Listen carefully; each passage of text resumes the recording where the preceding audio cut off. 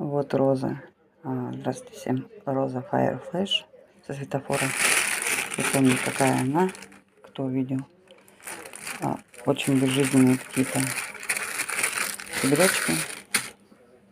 И вот моя красота, которая получилась у меня.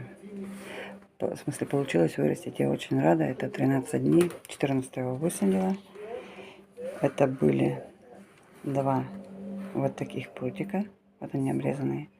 Они были все восковые. Полностью воск весь просто руками обмяла. Он упал. И вот этот вот был корешок. Больше ничего не было. Сейчас, вот через 6 дней первые листочки он пустил. Она. И далее вот такая вот она стала. Ну, достаточно такая. Хорошо себя чувствует. Здесь обычно грунт.